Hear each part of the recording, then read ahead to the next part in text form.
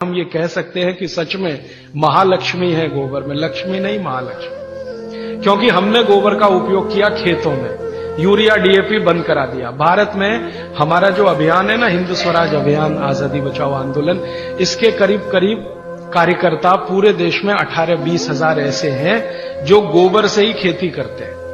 Urea का एक दाना नहीं डालते, डीएपी नहीं डालते, गोबर ही डालते, जब जरूरत पड़े गाय का गोबर डालते। और उनकी खेती पहले से इतनी अच्छी है कि उत्पादन उनका 2 से 3 गुना बढ़ गया।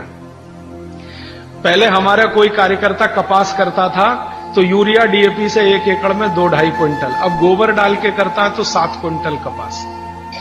पहले हमारा एक कार्यकर्ता गेहूं करता था तो यूरिया डीएपी से 1 एकड़ में 12 क्विंटल गेहूं, अब गोबर से गेहूं करता है तो 24 से 25 क्विंटल गेहूं उसी 1 एकड़। धान करते थे, चावल करते थे तो यूरिया डीएपी से आता था मुश्किल से 15-17 क्विंटल धान, चावल उसमें भी कम होता था। अब हम धान करते हैं तो 30 क्विंटल तक आता है उसी गोबर से।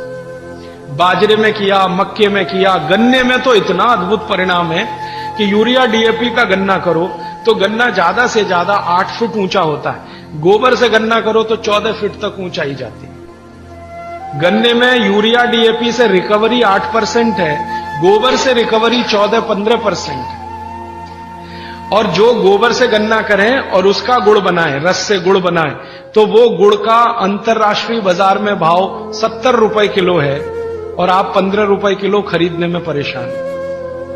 क्योंकि इंटरनेशनल मार्केट में लोग कहते हैं कि जी गोबर का गन्ना और उसका रस और गुड़ मिलता नहीं किसी देश में, भारत में ही संभव है, क्योंकि देशी गाय ही भारत में है और किसी के पास देशी गाय है नहीं।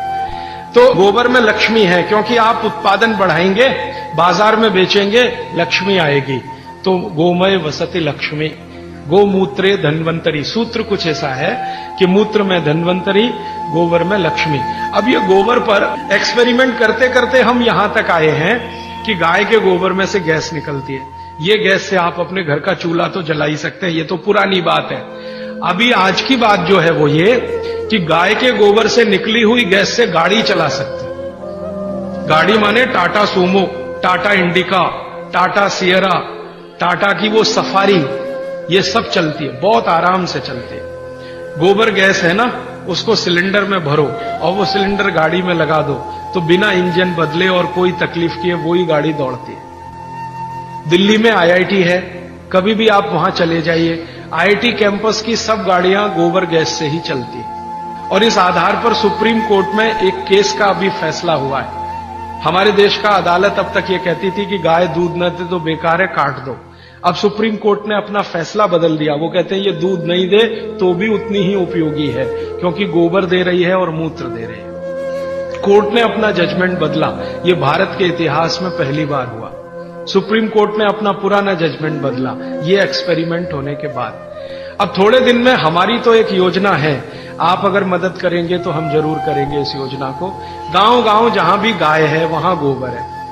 गोबर है तो हम क्या करने वाले हैं, गोबर गैस प्लांट छोटे छोटे हर जगह, गैस निकालो और सिलेंडर में भरो। कंप्रेशर की मदद से, आप जानते हैं कोई भी गैस सिलेंडर में भरी जा सकती है, तो कंप्रेशर की मदद से गैस सिलेंडर में भरो और सिलेंडर खुद भी इस्तेमाल करो, दूसरों को भी दो। ये एलपीजी का चक्कर खत्म करो, क्योंकि ये एलपीजी आयातित है, माने इंपोर्टेड है। दूसरे देश के सामने हम भिखारी बन के खड़े हैं, जी दे दो। ईरान से मांग रहे हैं, इराक से मांग रहे हैं, ईरान आंखें दिखा रहा नहीं देते। हाँ देंगे तो इस कीमत देंगे, गरज है तो ले लो, नहीं तो मत लो। तो हमारी सरकार भीगी बिल्ली बनी हुई उनके सामने रिरियाती है, गिगियाती है। ये चक्कर अभी खत्म करना, हमको तो डीजल पेट्रोल ही खत्म करना है इस देश में, जरूरत ही नहीं डीजल पेट्रोल। जब तक गाय जीवित है उसका गोबर है, गोबर से गैस है, गैस से सब चलेगा। आपकी बिजली भी बना लो, गाड़ियां भी चला लो, रसोई गैस भी जला लो, घर के सब काम गोबर गैस से हो सकते हैं।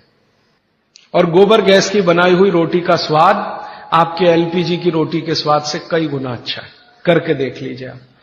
तो हमारी भविष्य की योजना है कि हम इस अभियान में आगे ये करने जा रहे हैं, गांव गांव के कार्यकर्ताओं को प्रशिक्षण देके कैसे गोबर गैस बनाई जाए, कैसे प्लांट लगाया जाए, कैसे उसको निकाला जाए, गैस को कैसे सिलेंडर में भरा जाए। जिस दिन ये काम बड़े पैमाने पर चल पड़ा, हिंदुस्तान को डीजल पेट्रोल एक बूंद खर्च करने की जरूरत नहीं, गाय से ही देश चलेगा।